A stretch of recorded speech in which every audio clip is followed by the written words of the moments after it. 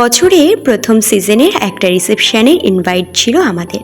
আমরা যাব কাঁচরাপাড়াতে, তোমাদের দাদা ভাইয়ের এক কালিকে রিসেপশন।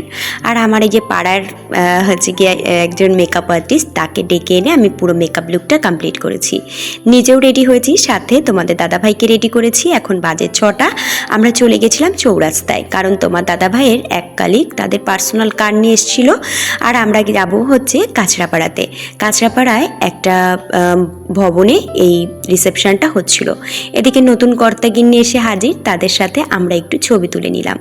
তারপরে চলে গেছিলাম ফুচকা খাওয়ার জন্য। ছিল পকোড়াটাও খেয়েছিলাম।